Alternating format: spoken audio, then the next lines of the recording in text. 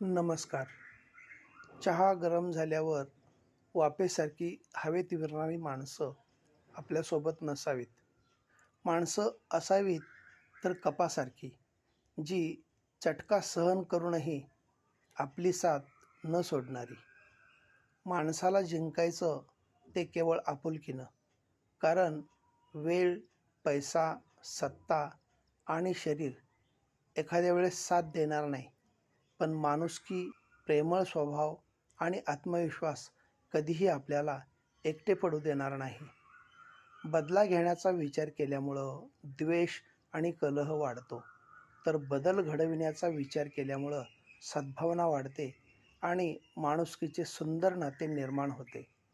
माणसाने समोर बघायचं की मागे बघायचं ह्यावर पुष्कळचं सुखदुःख अवलंबून असतं.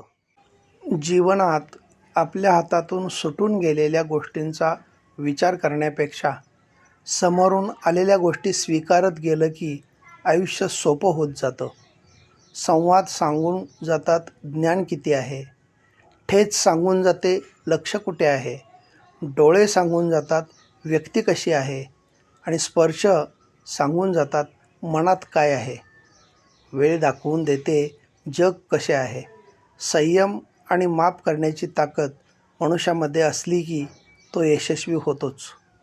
उदंड प्रेम करावं आणि दुसऱ्यावर प्रचंड विश्वास ठेवावा. चांगुलपणानं वागण्याबाबत स्पर्धा त्या मानाने कमीच असते, त्यामुळे त्या मार्गाने जरूर जावं.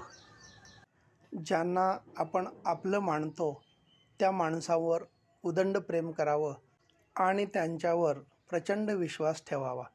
चांगुलपणानं वागण्याबाबत स्पर्धा त्या मानानं कमीच असते, त्यामुळं त्या मार्गाने जरूर जावं. कष्ट आठवल्यावर मिळालेल्या सुखाची गोडी अधिक वाढते. निष्ठावंत लोकांचे शरीर हे नेहमी कष्टापुढेच झुकते, भ्रष्टापुढे नाही.